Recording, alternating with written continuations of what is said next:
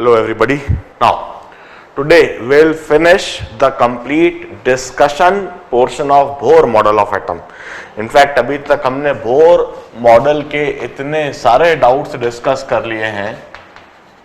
इस पैकेज को पूरा सॉल्व करने के बाद, इन सभी डाउट्स को बड़े ध्यान से समझ लेने के बाद, अब एग्जामिनेशन में आने वाला किसी भी तरह का सवाल अब आप पक्का सॉल्व कर सकोगे यदि आपने बड़े ध्यान से सारी चीजों को समझा है तो. अब आज advance level problems PFP portion जो है इसके 33rd प्रॉब्लम डिस्कस कराऊंगा, 35th और 37th. 38 में पहले ही करा चुका हूं. यह 3 सवाल आज मैं डिस्कस कराऊंगा. इसके अलावा और कोई एक डाउट हो तो आप रेस कर सकते हो. Let's start with 33rd problem. A filter transmit only the radiation of wavelength greater than 440 nanometers is transmitted. Radiation from hydrogen discharge tube goes through such a filter and is incidented on metal of work function 2 electron volt. Find stopping potential. अब देखिए, हम अच्छी तरह से जानते हैं kinetic energy, maximum kinetic energy is always equal to hc by lambda minus work function, and this maximum kinetic energy is ev into stopping potential, the hc by lambda minus work function. This is Einstein photoelectric equation. सीधा सीधा इस equation को apply करना है और answer लिख देना है. ऑल्दो फोटोइलेक्ट्रिक इफेक्ट पढ़ने के बाद इस क्वेश्चन को पूछना नहीं चाहिए था. 1242 upon 440 ev minus 2 ev. So stopping potential is 1242 upon 440 minus 2 volt. This is the stopping potential. हम कहते हैं यदि वेवलेंथ नैनोमीटर्स में दे रखी हो, then energy of the photon is given by 1242 upon 440 upon wavelength in nanometer. This is the energy of photon in electron volt. This is 33rd problem. Now we shall discuss 35th problem. In fact 36th भी हम discuss कर लेंगे. पहले से note कर लीजिए.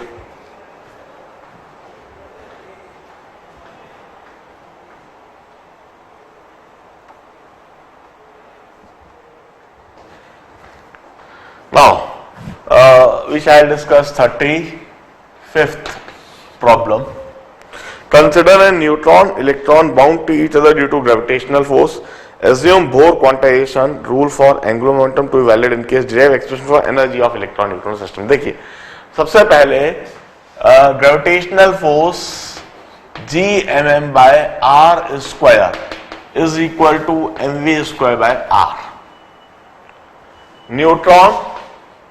Neutron के चारों तरफ घूमता हुआ एक इलेक्ट्रॉन. तो सबसे पहले तो centripetal force equal to centrifugal force, और फिर मैंने लिखा mvr is equal to nh by 2 pi. This is Bohr quantization. इन दोनों इक्वेशन को सॉल्व करूंगा. एक r मैंने काट दिया और पहली इक्वेशन इस तरह से दिखने लगी, mv square r is equal to gmm, और दूसरी इक्वेशन को स्क्वायर कर दिया, M square V square R square equal to N square H square by 4 pi square. अब second equation divided by third equation कर दिया. First equation M R is equal to N square H square by 4 pi square G M M. Radius के लिए expression आ गया N square H square by 4 pi square G capital M small m square. The expression for radius. अब हमसे पूछा है energy, derive the energy of neutron electron system. तो हम कहते हैं energy in any nth orbit is kinetic energy plus potential energy. Energy in any nth orbit is half mv square minus gmm by r.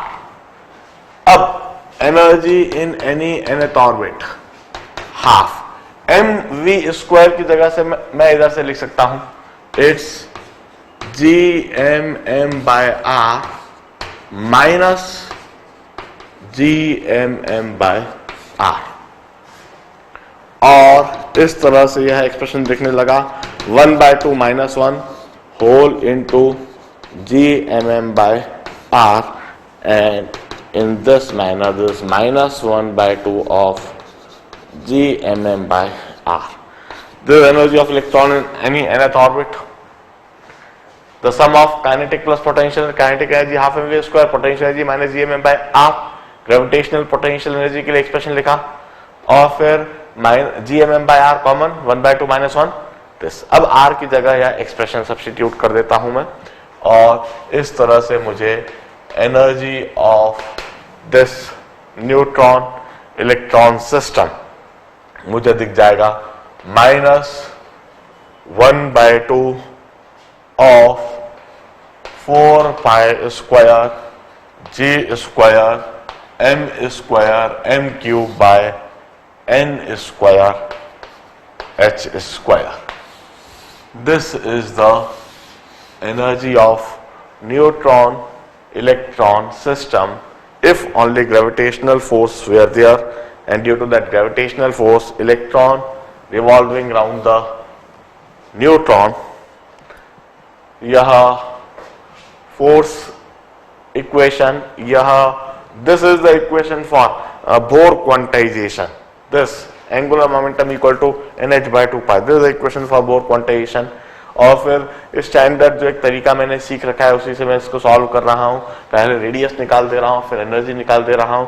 Energy के लिए kinetic energy plus potential energy simplify करा और radius की value substitute कर दी. In this manner we get the energy expression for neutron electron system. Now let's move on to 36 problem. 36 और 37 दो problem और करूंगा.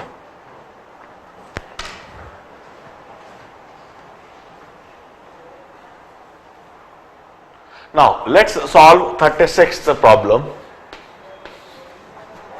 A uniform magnetic field B exists in a region. Electron projected perpendicular field goes in a circle. अब एक uniform magnetic field में एक electron को जब प्रोजेक्ट करते हैं तो उस पर जो फोर्स लगता है that is BVQ. BV into E. This is the force, and due to this force it goes in a circular path. तो सर्कुलर पाथ में centrifugal force mv square by r, this must be equal to BVE. Assuming Bohr quantisation. अब Bohr quantisation भी assume करना है, means mvr equal to nh by 2 pi. जहां पर भी Bohr quantisation लिखा है, Bohr quantisation means angular momentum is nh by 2 pi. Angular momentum is integral multiple of h upon 2 pi. यहां हम दो इक्वेशन लिखेंगे, smallest possible radius of nth orbit और minimum possible speed of electron. अब यह दोनों इक्वेशन बनाने के बाद अब इन्हें सॉल्व करना है एक स्टैंडर्ड तरीके से जो हमने सीख रखा है.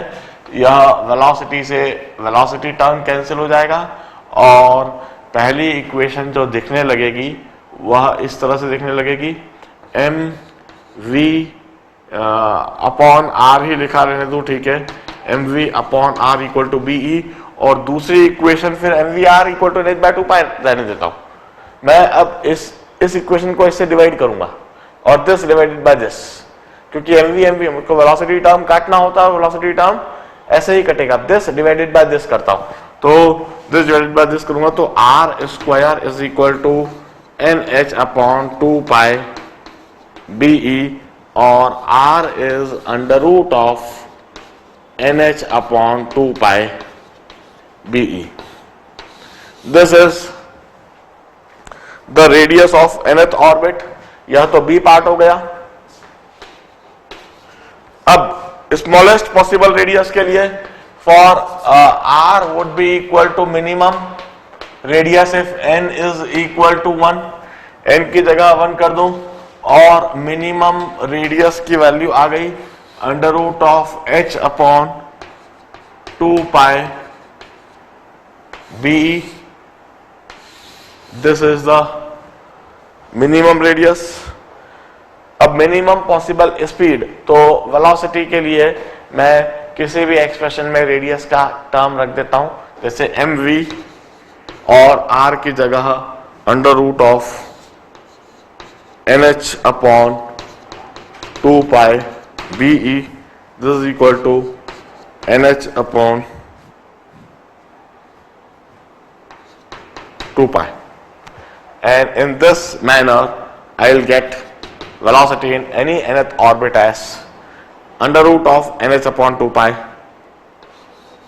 under root of nh upon 2 pi और BE ऊपर होएगा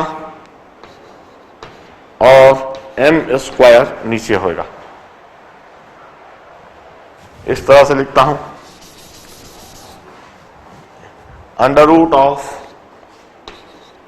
nh upon 2 pi E into B by m square. This is velocity. Minimum possible for V would be equal to Vmin if n is equal to 1. So minimum velocity would be under root of B E h upon 2 pi m square. And this 36th problem in fact. देखिए, किसी भी magnetic field में यदि हम किसी charge को project करते हैं तो वह सर्कुलर पाथ में जाता है. v is the velocity, e is the charge and b is the magnetic field. इस केस में इसके ऊपर BVE सेंट्रीपिटल फोर्स और mv square r centrifugal force लगेगा. तो यह तो हमने centripetal force equal to centrifugal force कर दिया और यह बोर क्वांटाइजेशन की इक्वेशन. वेलोसिटी टर्म में कैंसिल होता हुआ दिखा और फिर हमें mv upon r equal to BE और mv r equal to nh by 2 pi दोनों को डिवाइड कर दिया तो रेडियस स्क्वायर आ गया. इससे रेडियस और वेलोसिटी आ गई है. रेडियस के लिए एक्सप्रेशन मिनिमम रेडियस के लिए n इक्वल टू 1 कर दिया. फिर रेडियस की जो एक्सप्रेशन आया उसको हमने इस इक्वेशन में सब्स्टिट्यूट कर दिया तो उससे वेलोसिटी के लिए एक्सप्रेशन दिख गया और वेलोसिटी में n इक्वल टू 1 सब्स्टिट्यूट कर दिया तो मिनिमम वेलोसिटी दिख गई. This gives us the minimum radius, minimum velocity, radius of nth orbit and velocity of electron in nth orbit. Now we will solve 37th problem and this would be the last problem of the chapter. इसी के साथ इस chapter का finish मैं declare करूंगा. सबसे पहले इसको नोट डाउन कर लो.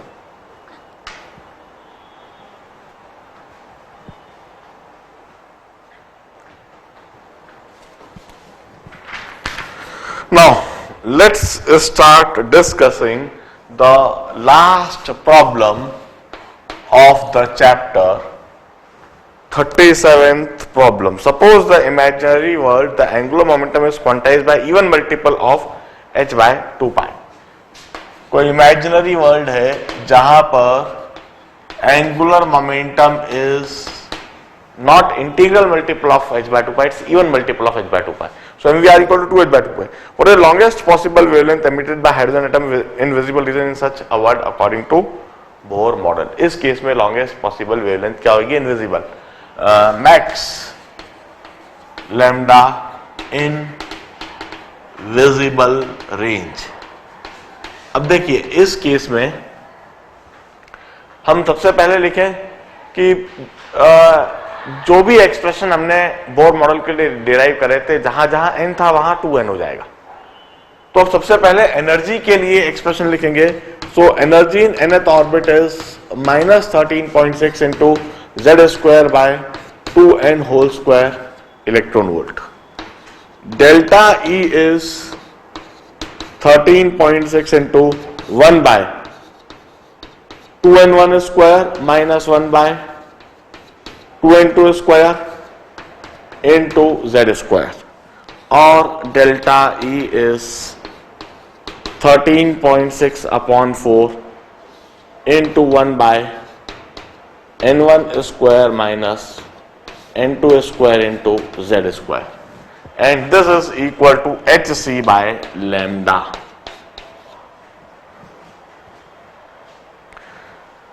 This is equal to hc by lambda. हम इस तरह से लिखेंगे, जहां जहां n था वहां 2n आ गया, और अब यह energy radiated and this is energy radiated during transition. अब सबसे पहले आप कैलकुलेशन करके देख लीजिए. इन लाइमन सीरीज, ऐसी स्थिति में लाइमन सीरीज में जहां ट्रांजिशन कहीं से भी n1 से फाइनली 1 में हो रहा है, n2 is equal to 1. It's visible radiation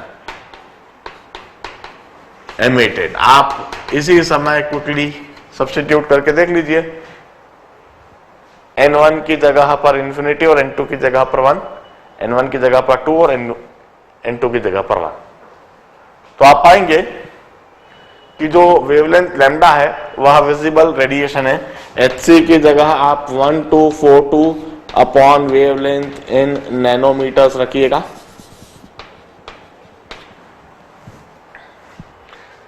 तो आप पाएंगे कि लाइमन सीरीज में जब final transition n equal to 1 पर होता है तब विजिबल रेडिएशन होती है. Now for longest wavelength lambda, transition must take place from 2 to 1.